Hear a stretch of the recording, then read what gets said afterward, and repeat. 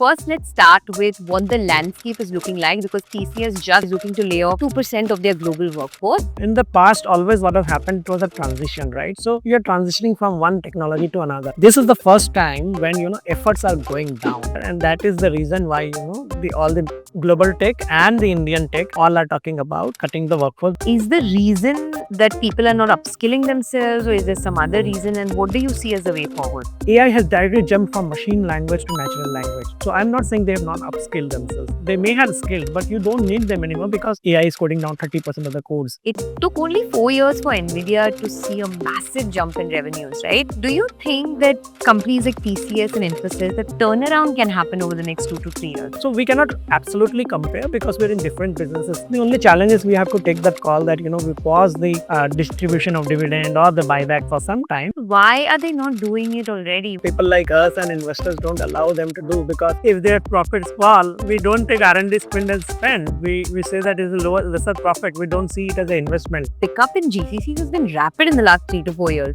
You think that could be a threat to Indian IT company?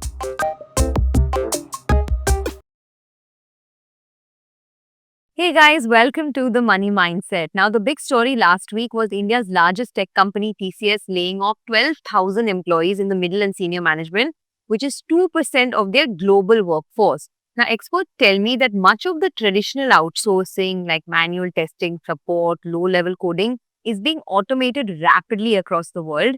Business is slow, deal sizes are declining, and project ramp-ups are being delayed. So the situation in the tech sector is grim, and the worry is that other larger tech companies will follow suit with layoffs over the due course of time. Now, world over, actually, layoffs are rising across big tech companies, whether you talk about Meta, Intel, Amazon, and the likes. The situation has gotten worse. But what exactly is happening and what is the way forward? We're going to talk about all of that today. Today on the Money Mindset, we have someone who has tracked this sector for over 2, maybe even 3 decades. And he has at one point in time been a big bull on the Indian tech sector, but now he has a different view. Joining me on the show today is Sandip Agarwal. He is the partner and fund manager at Sowilo Investment Managers. He is a chartered accountant with over 23 years experience. He's worked as a technology analyst for over 12 years, serving mutual funds, pension funds, insurance funds, both in India as well as globally. So today he's here on the show. I'm going to pick his brains about this sector. Also, the Money Mindset is a part of the 01 network, where together with 01, I bring you the best and brightest minds in the world of business to help you learn, educate, and build wealth for yourself. So if you've been, watching this show, if you like our content, please hit the subscribe button so that we can continue to bring you such meaningful content. Thanks for watching. And Sandeep, thank you for being on the Money Mindset. Thank you, Sonia. Thank you for inviting me to the show. It's my pleasure to be on the show. This is your first ever podcast, right? Yeah, you can say that. Yes. Okay, so you can be comfortable. It's like a very casual chat. So over the next 1 hour, I'm going to pick your brains about the tech sector, because I know that this is a space that you've tracked for very, very long, Sandeep. And there's so much happening here, right? First, let's start with what the landscape is looking like, because TCS just, is looking to lay off 2% of their global workforce. Right. It may not seem like a lot, but it is kind of a defining moment in what's happening in the IT sector. So, yeah, Sonia, it is a very, very hot topic right now. Everyone is worried about what is happening. And, there are two different views on the state. Some people say we have seen a lot of tech transitions in the past, which is a fact, and India has always overcome. And there is another view that this time is different. And you must have heard that phrase also many times in the past, right? That this time is different. So I really say this, that, I'm a technology passion. I'm a technologist myself. I'm very passionate about it. I have done a lot of work on technology, not only track the sector. And I believe that, I have been a perennial bull on this sector. And many times in the past, you would not find a single negative report probably from me last so many years. But this time I have a little different perspective. I am not very negative, but I will tell you the perspective is different, because in the past, always what has happened was a transition, right? So you are transitioning from one technology to another, which means that the existing workforce which you have needs retraining, reskilling, which will take 4, 5, 6 quarters. And during that time, you will have a lower revenue growth and lower margins, because you have to spend on training. You will not be able to bill the client in the same way. You have to call people on weekends for training. You have to spend on the reimbursement. So there is a impact, a temporary impact of 4 to 6 quarters. It has happened in all takes transition in the past 30 years, you name it, and it has happened that way. And that's the reason I was always a bull, because I knew that this is not going to change anything. It will come back and you are getting something at 50% discount. So go buy and buy. This time, the only difference in this transition is that, if you see any transition in the past, never ever efforts have been hit, right? So efforts have only transitioned from one technology to another technology. Overall spend has gone up, which may be the case now also. But there are two differences. One, in the past, where the overall technology spend, if you see, hardware have always fallen in prices. So hardware component has not gone up much. The services and software has always gone up. During transition also, the efforts have actually moved from one space to another, the new technology, and because of that, spend has gone up. This is the first time when efforts are going down, because Gen AI and you building agents to do it, the prompts and everything which you hear about, they're cutting down efforts left, right, and center, and that is the reason why the all the global tech and the Indian tech all are talking about cutting the workforce, because that is the real solution. And if you see the data in more detail, for example, TCS or anyone, the revenue per employee has actually gone up in last 3 4 years, because they have not hired as in the same rate at which the revenue has grown, because they are trying to do right sizing. So what you are hearing is something which has come out after 3 4 years of effort to right size. So they know everything that this is going to come, and they have tried to right size. They have tried to shift people up, down, adjust whatever was required, and now they are finding there are some people which they can't adjust anymore, and they have to just change that workforce, because the workforce which is doing the work is at the bottom of the pyramid, and the middle of the pyramid, actually, to speak in gym language, the tummy has become little fat. So you have to just reduce your food, and also you have to go to the gym, and that is what TCS or any other tech company is doing. So, the big question is, if TCS is removing a lot of the senior and middle management level employees, then they are pretty much trimming the fat, right? Is the reason that people are not upskilling themselves, or is there some other reason? And what do you see as a way forward? So what has happened, Sonia, if you see technologically, is that trimming has become mandatory, because the work which is coming, it's so much helped by the AI thing that you cannot actually do that job with that expensive resource. So it has become like, I will tell you, in my opinion, next 3 4 years you will see a lot of grad hiring, tier 2, tier 3, lot of hiring will happen, because the prompts and everything will help, and you can do that work at a much lower price, right? So that I don't see challenge there in the bottom of the pyramid. You will still keep hiring people less than 3 years. They will be required. They will work and all those things. Problem is that this middle and senior, because what AI has done. So if you in technology parlance, uh, there is system, right? The computer or any system, and then there is code, low level language which the hardware understand. Then there is high level language which human understand. So AI has directly jumped that journey from machine language to human language. So the middle layer, which was there, which was in this middle management doing everything right, compiler and assembler, everything, that all is actually gone away. But AI has directly jumped from machine language to natural language. That journey has been shortened so much. So you don't need the people who are expensive people or who are in the middle layer or so. So I'm not saying they have not upskilled themselves. They may have skilled, but you don't need them anymore, because that job has been replaced. Exactly, their job has been replaced by AI. It is not the job at the bottom which has been replaced by AI. Wow, this is a very interesting insight. So you're saying in the next 3 to 4 years, as AI, advances, there'll be a lot of graduate hirings at lower levels. So then what happens to the middle level, the 35 to say 45 range, category where people are in this? They generally reach the middle or senior level management. What happens to them? So, as I said, lot of adjustments have already happened in my view. So, what you are hearing is the last late, probably when you come out publicly and say that I have to lay off 2% of people, and mostly middle and senior. So, a lot of adjustments would have happened. Also, reskilling these people just to retain, I don't think it will serve any purpose, because what has happened, the pyramid has become very thin on the top. So, basically, you will need people. I don't think we can upskill them at 40s or 35 so easily, because you need now people at the very, very above level, top level, like LLMs level. It is so tough, and then the even very cheap level, and you need people at the bottom level, and the middle level is what AI has taken away. So the solution to this is right sizing. You have to find some other jobs or something for the middle and senior. I don't see really a solution to that problem, but I can tell you lower level there is no problem. And also I will tell you that this problem is reflecting after all the problem or whatever they could have done is done. So I think now after TCS, many companies will come and they will do this 2, 3, 4%, whatever right sizing they have to do. And then only, things will get reset. Without that, tough. So, Sandeep, it's very interesting to me. You have tracked this sector for last 25 years, right? And now you've done a lot of work in AI as well. You helped set up the first AI platform.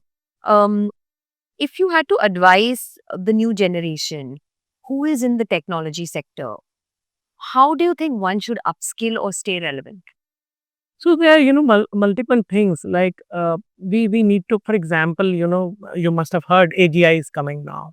So people will have to upskill themselves, and these young generations can do that.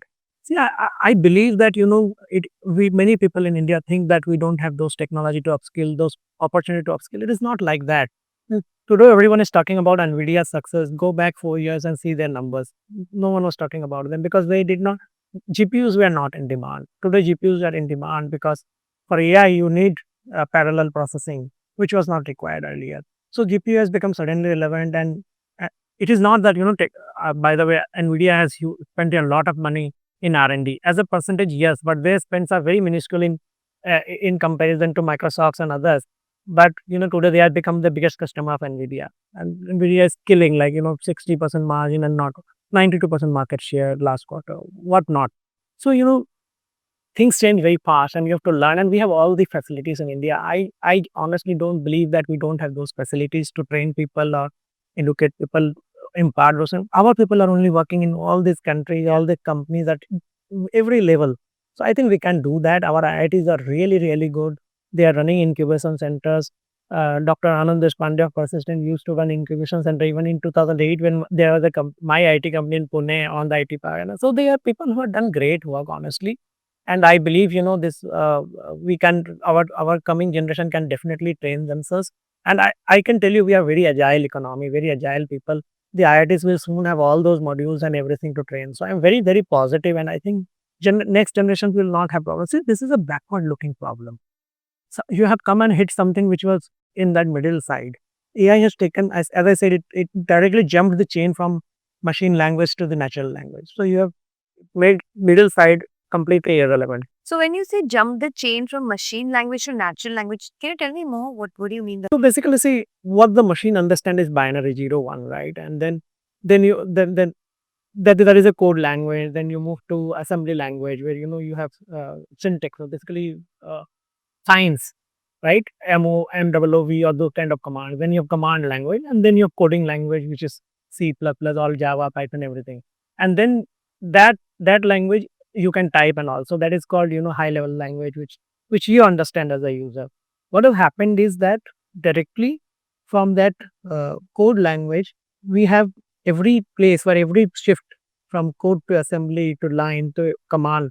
There were people who were required. Now what has happened, this is automatically coding. That is what AI is coding now 30% of the codes.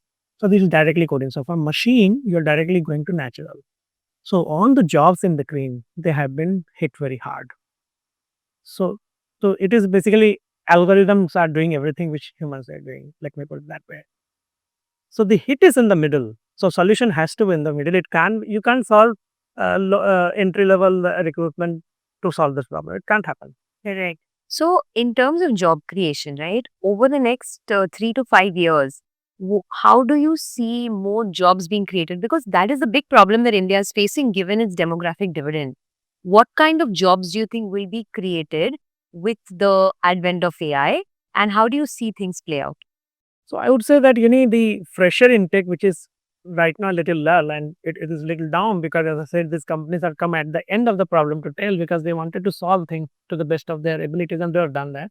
Now I think after some time, maybe 3, 4 quarters, we will again see pickup in hiring. And if you see, there are a lot of negative news, but also if you see Infosys there announced that they will still hire a good number of people and all. So I think that fresher hiring will come back very strongly. I don't see a challenge there. Maybe 6 months, 12 months later. I'm not talking about 2, 3, 4 quarters, but I'm very confident in a year's time, fresher hiring will come back very strongly. I don't see challenge there. But now fresher hiring, and then the middle and senior level, there will be still some exits which will keep on it will be voluntary and involuntary attrition, both of which will happen. So the net addition number you may not see very big, to be honest. But intakes will be good. Middle and senior level will be adjusted. What is left is has to leave or whatever, involuntary, voluntary. And so net addition numbers will not be very exciting for next 2 years in my view. And you were showing me the chart where TCS's revenue per employee has actually gone up in the last few quarters. Yes. So do you think in terms of like, I'm now looking at it from an investment lens, right? A lot of us have invested in IT companies over the last 10, 15 years and made sizable money. Right? But now the terrain is changing a bit. So from an investor standpoint, do you think IT stocks still make good investments, or do you think it will just be, a dividend play? So very interesting question. So I will tell you the mature part of it. So for example, if you see 224 is our IT exports now out of 283 billion, which we total IT services revenue of India. So the outsourcing space, right? And there is BPM clubbed in it. But if you remove the BPM from the denominator and numerator, then you will see that we are broadly, almost like 85-90% in terms of penetration in the outsourcing space. So you can't penetrate anymore. So it is only dependent on the incremental spend which is going to come. What is happening right now? The incremental spends are going to the hardware, as I said, because Microsoft around buy 20 billion chip from Nvidia alone a year. So that is a volume, and there is only one chip, Hopper chips. So all of them are buying different chips. All this Five Guys, Oracle, Amazon, all this together buy more than $100 billion from Nvidia. So the hardware spends are going up after a long time, and software spends are not that much. So I think from that perspective, for us to grow in double digit for the large names will be tough. Large names can grow between 3, 4, 5% for next 2 years. That is what my sense is. And but this time, all the tech transition in the past, the first turnaround always used to happen from the top, right? The large cap, we were the first to turn around. This is the first time in tech transition, people who have right size or who have the lowest net addition last 3, 4 years, they will be the first to recover. So this time the ship will be from the small will do the best, mid and then large, because they will be it will be easiest for them to cut down the middle part or the fat part of it. Interesting. So you said hardware spends are going up, software spends continue to be low. Correct. So investing in IT companies at this juncture may not be the best thing to do, given that you don't expect outsized returns from these. Large cap, it will take time, but small and mid cap, you have to go by data, and there is a lot of data. I don't know PMS. I can't. We will name of stocks, but there's a lot of money to be made in small and mid cap also. So you have to just find where the sizing is right. Where the net addition is not too much, and it is broadly same and all.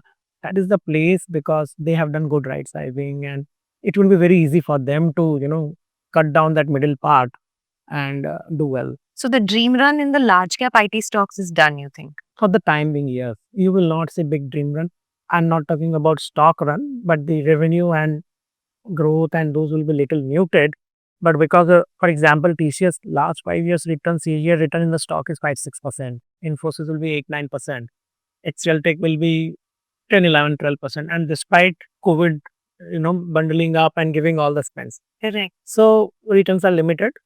Going forward, next 2 years could be limited. But because the stocks have gone through time correction and price correction, at some point of time, investors will want to have dividend yield stocks for safety, quasi cash, whatnot. So those things can happen. Also, now interestingly, when I speak to so many fund managers and investors, I come to know that, some of them started treating IT as a FMCG an alternate, because they say that for similar 5-6% growth, rather than paying 40 multiple, we'll be happy to pay 20 multiple to IT.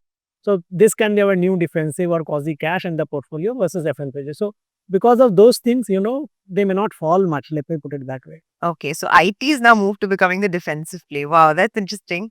You were telling me earlier, Sandeep, that it took only 4 years for Nvidia to see a massive jump in revenues, right? So 3-4 years is good enough time for a company to turn around in a big way. Absolutely. Do you think that companies like TCS and Infosys, that for the longest time, people were complaining that they're not investing enough in R&D, they're not investing enough in product, they just remain a services play for the longest time. So there's no innovation. Do you think that turnaround can happen over the next 2 to 3 years? So see, a very interesting question, and data supports that. So if you see 2021, Nvidia's revenue were lower than TCS, right? And but their R&D spends were much higher at 4-5 billion, and TCS was spending around 27-2800 crore, which is less than half a billion, and that a lot of money was going in innovation centers. So I think, but from there, Nvidia suddenly, because their product has become successful. So we cannot absolutely compare because we're in different businesses. In product business, it is a hit or miss. It is like drug approval. Something they did well because if you picked up, so they are there where they are, and they are making absolute crash on the margins, like, 60% margin they are making. How can you make that kind of margin on product for a longer time? AMD will someday come and, definitely give them a tough time.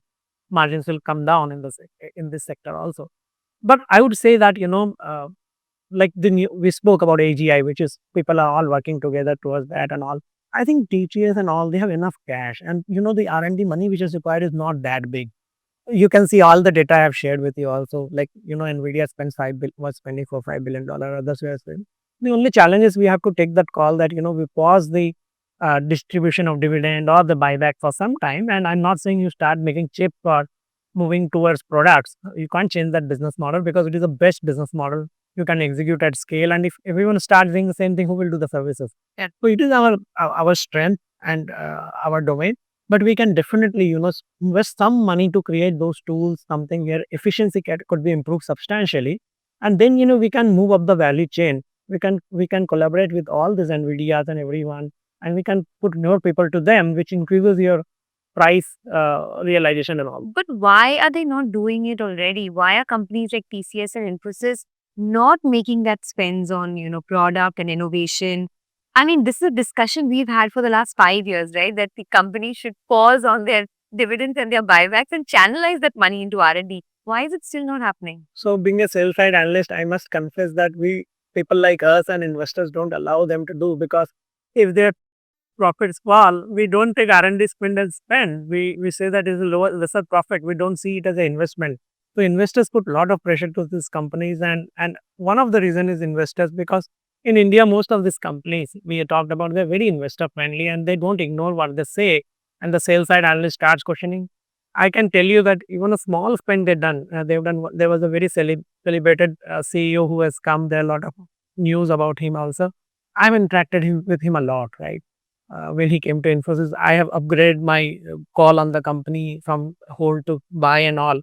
And I was very excited, and he was doing phenomenal job. But he put some money out, and you have to write off an R&D. You see, for example, Sangeet. He was the only one who put money in AI or thought of putting. You're talking about Vishal Sikka. Yeah, so he was trying something. So I'm not saying that right, wrong, I don't know, but he was trying something. Similarly, you see Sanjeev, right, of InfoEdge. They have to take write-offs. Every year they have to write off some of their investments, right? It is not in RM, you have to spend and you have to write off also. That mental mindset is not there today. Everyone is saying why Indian promoters are distributing money and all. They stop distributing for 2 quarters. I'm telling you, so many people will sell the stock. They will say, oh, we were buying for dividend growth to any which ways. So why should we keep this stock? So I think it is like that. They have to balance double-edged sword, double-edged sword, and I honestly think that these are very capable management, the large name, very good people. You see CVK's speech when he came, took over the reins of HCL. He was so clear that I want to invest in R&D and all. But when growth slows down and your profit start going down, then there is a lot of pressure that don't spend now on R&D because already we are under trouble and all. And those things, well, And interesting, actually, that's a larger discussion, as you said, on the mental mindset, right? Is it that Indians, just by way of upbringing, have a lower risk taking and lower threshold for failure? Because when you do R&D spends, as you said, right, it's hit and miss, it's hit or miss, right? But if you look at the West, they have such a high propensity to take risks. For them, every entrepreneur is taking risks, whether it's even like Microsoft spending $30 billion per quarter on capex. I mean, you wouldn't see that kind of risk taking ability for companies in India. So, is it like a mindset problem, which is something that may just not go away so easily? mindset problem is also there, and the size of economy is also there. I will give you two data points. Amazon started in 97, more or less. 2015 was the first time they made $1 of earnings. So they lost money for 18 years, right? And still market cap was good, let me tell you. In fact, market cap has went up 1,000, 2,000 times and they were making loss. Once they started making profit from in 2015, they were making $1 profit. 2023, I think they made $80 or $70. The stock had moved up 7, 8 times. So earnings have gone up by 70, 80 times. Stock has moved up by 8, 10 times. Before that, when they were losing money, the stocks have already went up to 3,000 times. So that is the far-sightedness of the investor there. And the reason is our cost of equity is high. Their cost of equity is low. Also, one very interesting data I will share with you, Sonia. Whenever, these companies, whenever they had come, you go and check whether it is Meta, whether it is Alphabet, anything. Before that, 10 to 12 years back, you will find a period when the interest rate in US has become zero. So the risk taking ability or the investors want to go for assets which can give them some return. Because if debt is at zero or the rate of interest is zero, so they want to invest very. So these are the times when these all startups get funded in a big way, right? And then after 10, 12 years, some of them will become unicorns, they will become successful and all. We have never gone through that cycle of zero rate and all. I'm not justifying not becoming we don't have much yield now, but we have a high cost of equity. We don't have those kind of resources monetary wise. And whatever we have, I think we have done an incredible job. There is a Zomato which has done wonderful. InfoEdge is doing wonderful. There are so many companies. Paytm is doing good, and I'm a very optimist on this. I believe we have done much more than versus the resources which were available. Yes, if the question is that the amount of money which has been distributed in terms of dividend and buyback, it was almost like 1 lakh crore in last few years. Again, that the R&D spends are very minuscule. I agree absolutely to that. But all the companies you mentioned, interesting, right? You mentioned Zomato, you mentioned Paytm, InfoEdge, all service related companies, right? Building a product company is something that India has been unable to achieve, unable to crack. And with such a large population, one would hope or pray that at some point a large product company hasn't been built. You think it's just a matter of time? Yeah, absolutely. Because that is the way it has evolved. You see in US also, if you see first what has come, the HPs and the Dell, all services company today, they have become almost like, no one wants to buy those stocks and all.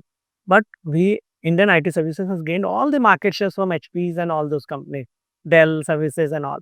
So now no one talks about them. So, it is evolution and they were also surviving on services. And then, products were obviously there, but they never made big money on product, always made money on the services side. We are also evolving. I believe that we are doing a lot on the technology side. We need some mindset change as Prime Minister say that, we have to take AI as an opportunity to trade everything. And he is very clear when he says that, you have to spend on technology, focus on technology. And I think people are listening, people are doing. I would not say that I am not in that camp which believes that we are not doing enough. We are doing a lot. We have our constraints. We are not 30 trillion economy. We have limited money, and within that limited money, we are doing wonders, in my view. And you will see a lot of product companies also coming. Product companies generally come at the end.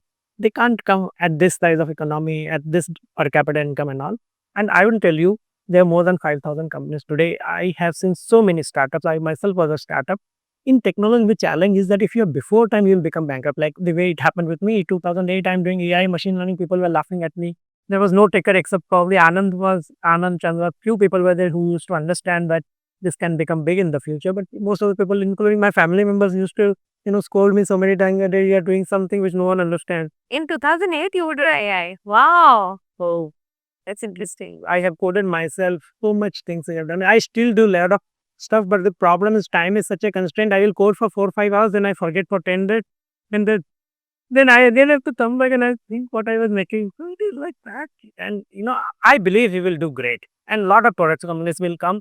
After 5 years, you will see and you will tell me that, you are right. There are a lot of product companies will come. I'm not talking whether we will be able to make chips and all because it is a long gestation period. But we will definitely make a lot of products similar to what Microsoft and Alphabet are doing. I'm very confident of that. Really? You think so? Yeah. So, at this point in time, what do you think is needed for India to unlock that move from services to product? So I think government has done a wonderful job on the PLI side, and it has really the seeds are sown, and value addition is happening. I think government should also do something like saying that okay, we will reimburse your R&D expense. You have to spend 5% or 2% or 3% of your profits or revenues, whatever it is in R&D, and we will reimburse similar amount in form of tax concession or something. So government should only incentivize on R&D and not on just setting up the thing, because If you incentivize R&D, then you will have permanent solution to this innovation, product and everything. Right now, what is happening is it is a kind of subsidization, which is required. Obviously, government is doing the right thing, but in technology, you will have to, subsidize or incentivize the R&D. If you do that, I think you will have wonders. And I will tell you, you go to IIT Madras and they are doing wonderful job. You give some support in form of, that if you need only R&D as outcome, you make that a mandate, it will happen. Okay, government to incentivize R&D. And that's a great point because that'll at least, remove the pressure of the R&D spends going to waste and then hitting profitability. So perhaps that is a good point to note. Okay. So then in the next 15 years, right, what will happen in the world of technology? You were talking about the advent of AGI. Tell us a little bit about that. How far are we from AGI? First of all, for people who don't know, what is AGI? How much time do you think it could take for AGI to come through? And then what happens to all of our jobs? So right now, if you see what we are talking about is Gen AI, artificial intelligence, and all these are there for last 20 years. If I can do it in 2008, I know people would have done in 98 also. So I think what has happened, what is the difference today between AGI and AI? What we are doing is that AI and all that, as I said, they're jumping from machine language to the natural language. In middle, you are cutting down everyone. AGI is that it will jump in everything from 1 to 10. So then it will not be only about technology. It will be in everything you do, healthcare, research, anything you can think of, there will jump. So today what is happening is you are asking some computer to do something and it is doing based on the data which is available in the web or in your server or something, and he's giving you a solution to that. AGI will probably solve everything, right? From logistics to innovations to pharma, everything. So it is it will encompass everything. And that's the reason I'm so positive about India. Because I know that when it is only technology, then probably, the US and others will have an advantage on it. But when it comes to the other general, where you get such a big testing lab, because this product has to be tested. For example, there are very, very good doctors in India. And why they're so good? Because they get so many patients to test on them. So they are the best when best surgeons are in India. I have an experience also on that. So similarly, when it comes to AGI, I think we will have a substantial edge because the sample to do those testing, back testing, we have immense amount of those samples. It may not be that easy when it becomes non-tech in the developed market. So I believe that AGI will be more about non-tech the way I see it rather than only tech. Okay. So when you say non-tech, can you just elaborate? So basically, it will be across the sectors, like from logistics, from healthcare, from innovations, from R&D, from teaching, from learning, from everywhere you will use. It will be a complete platform which will have under its gambit not only the text or the graphic, but the exhibition models and everything. So you will cut down the, like what you see in PERT CPM kind of models where you find the shortest path. So they will find the shortest path in every aspect of life. So it will be more, and for that you need a lot of sample, right, of every work you are doing. And that is the way I think that, it will completely game changer and it will be a much bigger revolution. I think AI, Gen AI, what you are saying is the first page of the book. AGI is the whole book. Wow. That's also a scary thought, right? Because people, I mean, I don't know. It's like it's hard for people to accept and then evolve and then upscale, and especially this generation of 30s and 40s, which is seen such a rapid transformation in technology. So human minds are, like that. They learn very fast. I'm telling you, uh, I have very good experience with the youngsters who work in my office. I see them; they are learning so fast. They in my office, every other guy builds agent whole day. I tell them we have other work also to do. Why you're building whole day again? I have guys who write only prompts, and they are now trying to write prompts to find what stock will do well in next 7, 10 days. I said we are not in trader. Let's not do it. So young generation is very fast to learn, and I'm telling you, the courses will be evolved. I'm very confident that IITs are working on a lot of modules and everything, so the courses will evolve in a big way, and people will. You will see a difference there, like So the education that you're giving our children right now is going to hold for nothing in the next 10 years. I won't say because, as I said, the entry level is basically not going to get disrupted much because basic education is required. How will you run the prompts? How will you run the agents today also? You need basic education. You need to ask the query at least, right? Yeah, but, like in Google now, voice has come. You just speak and it finds it can happen. Wow. Interesting. I mean, even like all professions, right? I mean, in my profession also, I see AI has evolved in a big way. Now people are creating videos on AI. You don't even need to be there for, you just have to give a prompt and the video is set up. So it actually improves your efficiency. It improves your delivery time. So in my profession, at least, I'm seeing that. What about in the way investors should look at both investments, as because you run a PMS, right? Both in terms of investments and in terms of allocating money, in terms of which are the assets that will do well. What's your view on how the next 3, 4 years may shape up? So I will again give you a practical example of what we are doing. So we have obviously Perplexity is the aggregator where you get all the four. Yeah. But we have individual license of all of them because there is some difference in the versions which you get in Perplexity and there. So you may save some money. And now we are also thinking to move up and buy the meta versions of each of them, which will be even more expensive. But what it helps us is that I have cut down my traditional research effort by 70% with only paying the basic version. So I'm just imagining when I go for the higher version, I will probably cut down another 10-20%. But what we have done smartly is that we have reallocated those resources to do a little higher end research call where where there's softer issues like manpower, board, all those things, which we were earlier not able to do because we have to do the number crunching and all that. So all that part is now taken care of through the prompts which we are running. So prompts are doing most of the work for us. You have to refine the prompts. Sometimes they give terrible data, to be honest. So you have to refine the prompt consistently. You have to write the agent. You have to do some work. But it has given me a lot of more time to focus on my core, which is research, and it improves the quality of research. That is number one. You can do a lot of things like when for last 10 times the management has come, what they have said, whether they have delivered, not delivered, their face language, everything you can do by writing the agents.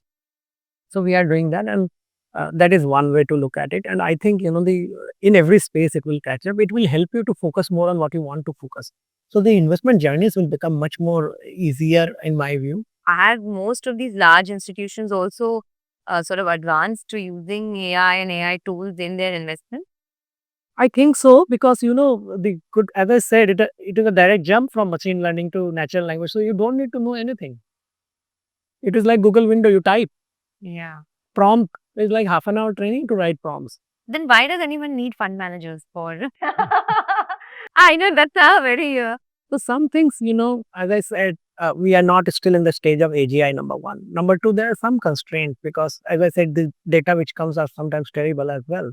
And on the top of that, there's a feeling that when you see the management, when you meet them, when you see the factory, which this thing can't be done through these agents and all. You have to still visit the factories. You have to go. You have to when you go there, you interact with people, the shop floor level, and all those things can be automated and all that will remain. And I think that is where investments actually decisions happen. You need these are hygiene factors. So I'm saying hygiene factors, your efforts can come down substantially, which gives you more time to visit factories. Like today, if you are visiting a factory once a year, and you can visit 4 times a year because your bandwidth will be released to that extent. Yeah, but it's just a matter of time, I guess, where a lot of more things will get automated, and then the human element, it'll leave you more time to do the human element, which is visit more management, etc. And since your research time is getting cut down quite a bit. Okay, interesting. So where are we at, Sandeep, as far as the market is concerned? I'm asking you because now, there's so much happening. First of all, there's the advent of AI, AGI, Gen AI, etc. And then you have this whole element of increased tariffs as well. We've seen what Donald Trump has been speaking about in the last few days, although I don't know how many people actually trust his word anymore. But still, where do you see India, in the global context now? See, I can tell you this, and I've dealt with a lot of clients in the developed market when I was having my own tech company, and later on I serviced a lot of them in my earlier tech ventures and all. I think they really appreciate the amount of hard work and the kind of work we do and the knowledge and talent we have, right? There is only Sonia, maybe less than 1% population and 1% workforce which actually works on something which we may not all of us can work because that is very high end and all that because they put tons of money and they are little caged because they have IPR and all those things. But otherwise, we are far ahead on all the other 99% of the things in the software side. that 1% also we are getting in there, because now the global CEOs are mostly Indians. You can make out of the tech companies, and I think that journey is very fast and it is approaching. But so I will say that our dominance in the global tech industry as a software service provider and the software factory of the world, I don't see it going away anywhere.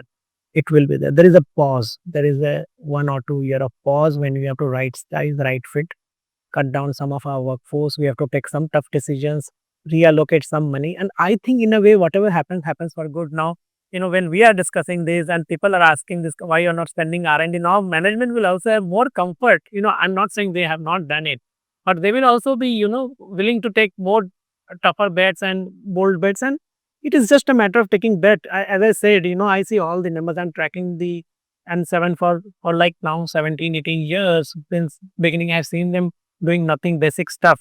And today, where they are.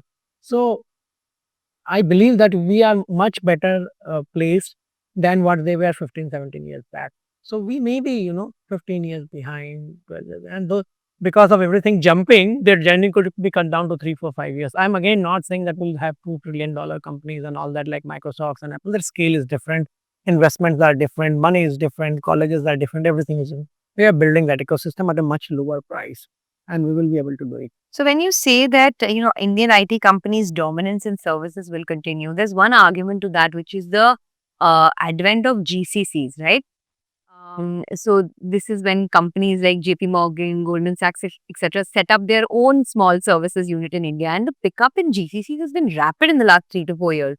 You think that could be a threat to Indian IT company? So the right way to look at it is that GCC's proportion versus total. I don't think there is a big jump in that proportion as a percentage. In absolute numbers, you are right. It is very big. It is 52 billion or something in terms of and all.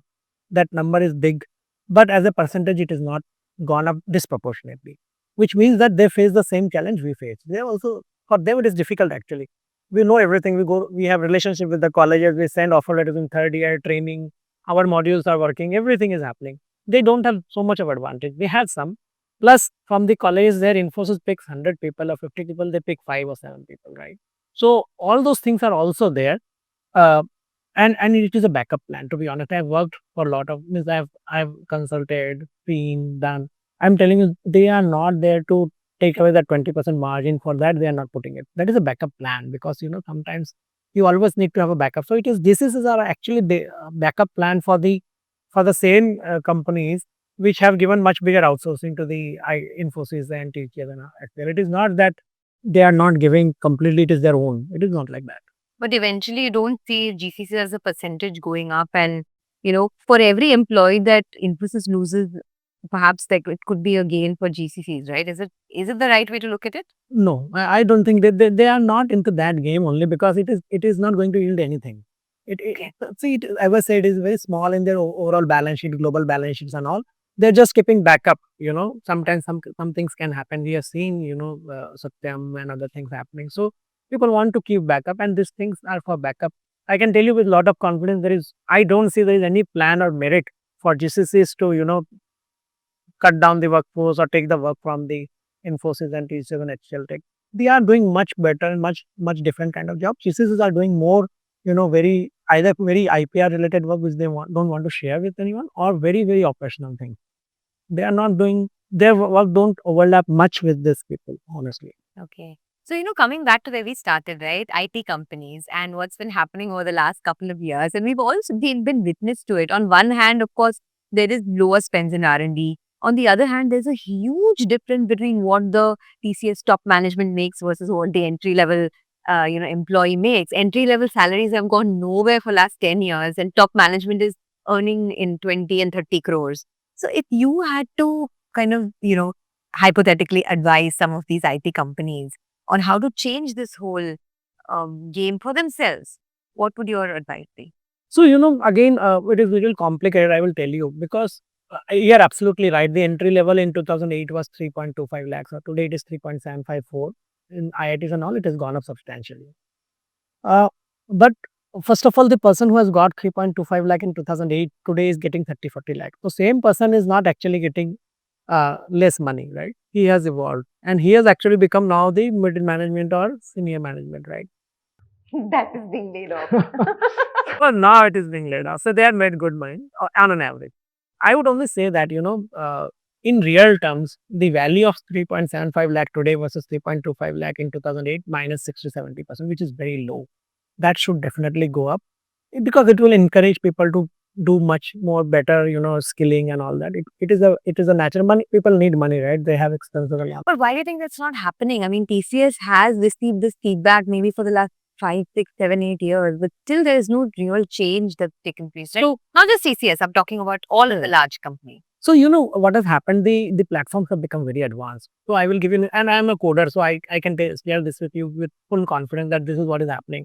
So earlier the work which 5 people were doing, you needed one project manager. Let's say on the platforms have become so friendly, libraries have become so friendly. You get everything. So now you can, as a project manager, manage 50 people, right? So your costs are, and those people, when you needed, like, let's say 15 years back an IITian to do that code, today a grad can also do that from even without non-technology background, non-software, you can train him and he can do. So basically there the salaries are actually lower in the market. And that's the reason they are giving lower salaries. That's the reason I mentioned that IIT it has gone up disproportionately. So wherever it is apple to apple, salaries have gone up disproportionately. There is no second thought about it. But because the work itself has become so easier, the amount of knowledge you need, the talent you need, it has gone down to those levels where the salaries are not high. So you're getting people at that. I'm not justifying the lower salaries. I think it should go up a little bit. Definitely, it should go up. The problem is also that if this salaries goes up, then the margins which they are able to hold in this turbulent time since last 3, 4 years after COVID spent, I think that margin will go down by 3, 4%, and I think that is the worry which everyone has. But I think now with this middle management now being involuntary attrition happening and all, I think there will be some leeway to pass that on. But what about the top management? I mean, they're all like making 20, 30 crores per annum. Very small number of people do that. I will tell you because if you see the annual report, nowadays it is mandatory to report have a 1 crore and all. Last number which I saw, because I used to analyze all this and all, there were 300 odd in TCS, 200 something in Infosys. It is small number which is making even more than 1 crore. Above 5 crore, it is very, very small number, maybe 10, 15, 20. And then there are taxes, there are cost of living, there is travel and so many things. So, and then, if you want to cut that and all, then those talents are actually really, really very, very expensive abroad. So you will have to pay 10, 20 times to get the same talent. And we have seen that in Wipro when they got CEO from France and all. We have seen those salary differences are big. So I don't agree to that argument that, the CEOs are making big money. I think they are really, really rationally paid. They deserve that money because uh, their counterparts in Accenture somewhere else are making much more money, to be honest. Okay, so in the last 1 hour, we have talked a lot about many things, and Sandeep, it was very, very educational for me. So thank you so much. But break के पहले आप बता रहे थे कि ये जो Fang stocks हैं जो इंटरनेशनल इन्वेस्टिंग है उसके बारे में that's a great opportunity for say for the next 3 to 4 years. But one would have thought that the rally that we seen in FANG stocks has maybe peaked, but you don't think so? So, I will speak about M7 and Frank. A lot of them are same, but NVIDIA got added and all. So, I think the way technology is moving, and there is today no direct challenge to that. So, Alibaba has everything which they are doing, but for Alibaba, it is too many things they are doing. So, I think till the challenger comes, or that someone comes to disrupt that, as I said, it will be tough to disrupt them. Having said so, within these tech companies also have their own boundaries. For example, if you recall, 3, 4 years back, they have changed the settings for Meta, right? And when that happened, the stock collapsed because the ad revenues went down and the stock fell and all. So they found out their way and it came back and all. So these companies have invested, as you rightly said, and you can see all the data and information. They have invested a lot of money in R&D. On an average, all these companies have between 10 to 15%. Some of them are at 20%. Meta is at 25% in R&D. Now that kind of money, when you push in R&D, then you find solutions and you are able to develop things for the future. When you're developing things for the future, you're making a lot of things out of which few will click, and they give you a CAGR of 15, 18%, and that is the number you can see that it is there for all these companies. So I will say in a portfolio manager's language that you buy some stock which will give you 40%, some will give you 10, So on an average, you will get 20-25%. Same thing has happened in all the stocks, and they have done wonderful. Honestly, at that size and scale, they have been able to achieve that 16-17% revenue growth. And even the market cap is more or less similar. Growth and market cap has been similar. So investors have been same everywhere, to be precise. But in investors who don't have exposure to these companies yet, right? I mean, for example, I have exposure through some funds that have invested in global stocks, but directly as well. What's your recommendation? Is it still a good time to invest in FANG or the Mag 7 companies globally? And if yes, what's the best way to do it? So I think we have a upper limit of 2.5 lakh dollar per year, so which you can do directly, or you can invest through some of the offshore funds. There are a lot of offshore funds which names are in the public domain which have done well. Some of them really understand these stocks. Some of them take help from the global brokers and all. Uh, One or two guy, when I was covering this space, whom I used to service, they really understand well. So one of the guys I will not name, but from a large fund, young guy, he has taken a big bet on Alphabet. I used to service him regularly. Alphabet was not doing well at that time, but then you see after that they have done phenomenally well. Some people have taken big bet in Meta when it fell sharply, and they have done well. So I think these stocks can give you pain in terms of time correction, price correction, because they're very volatile. Remember, technology disruptions happen very fast. You can lose 40% quickly. But if you take a longer view in the management and you believe that they have the balance sheet to invest and reinvent themselves, they are good to invest. So, as per this chart, right, if you look at Microsoft and Alphabet, the 10-year CAGR has been about 11 and 18%. But if you look at Nvidia, the 10-year CAGR is about 40%, of course, on a lower base, right? Meta's 10-year CAGR compounded growth is almost 30%. Amazon is at 22%. Tesla, of course, very low base, but 42%. So, on an average, if you see between 20 and 30% is a 10-year CAGR for these companies. Do you think this is something that one can expect even over the next 10 years? It will be tough to say that history will repeat, but I will say that the last 3 years CAGR returns are more indicative of what can happen for next 2-3 years, and I think 12 to 15% CAGR, I don't see a challenge, because they are in most of the products are in monopoly. They are not overlapping much within their spaces. They have some offerings which are overlapping, but they all have found their own niche and they have gone very deep inside that. They've invested a lot of money. So, that is a good thing about it. So I think 10 to 15% CAGR, it will vary what cycle you see, is very much possible, and at that size it is good, and because there is a lot of operating leverage. So you will see better. So if you see this number, the PAT growths are better than the revenue growth. So the operating leverage in technology is higher. So I would say the PAT growth will be even maybe 3-4% higher. So that makes a lot of money. Okay. It was very informative, Sandeep. Really, I think we can go on and on, but we've come to the end of our discussion. But before, I let you go, I also know that you have 2 young daughters and we were talking about that, how technologically advanced children are these days. How are you investing for your children? And in this evolving, rapidly evolving world, what's the best way to invest for the future generation?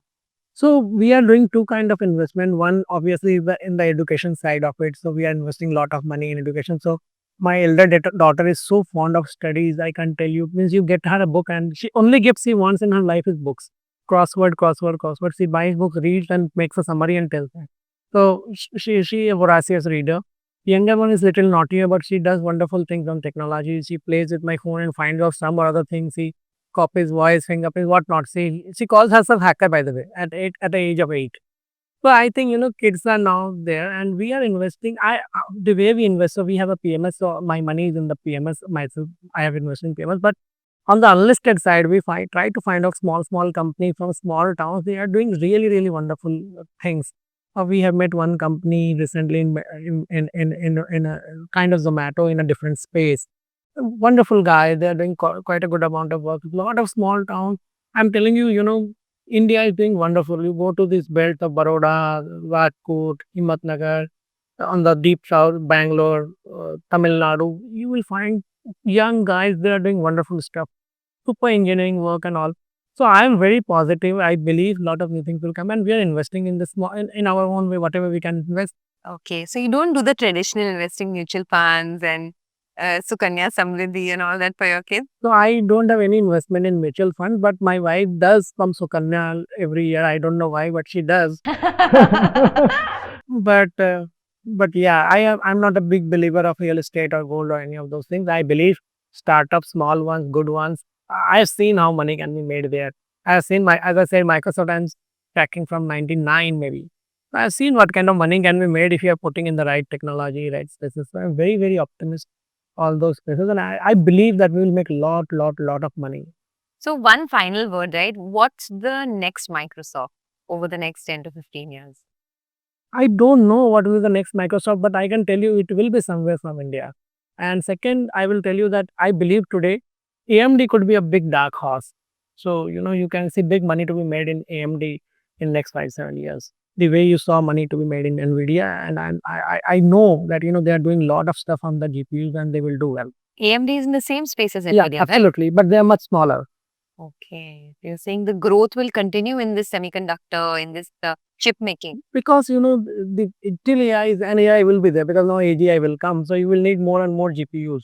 And more GPUs means you have to work with these 2, 3 guys. And AMD has done good investments in R&D. That data also has captured. And if you see, they are doing good. And I believe that the odds of risk reward odds are better in AMD now versus NVIDIA. Let me put it that. Very my personal belief. I don't have coverage on them. I have not invested yet. Maybe the time is now then. But Sandeep, thank you so much for joining me. And I'm sure we'll do a round 2 of this because, this space is evolving so much. So as and when anything interesting comes up, I'll definitely love to have you on the money mindset. Thank you so much for joining me. Thank you, Sonia, and thanks to the queue as well. Thank you. Have a good day.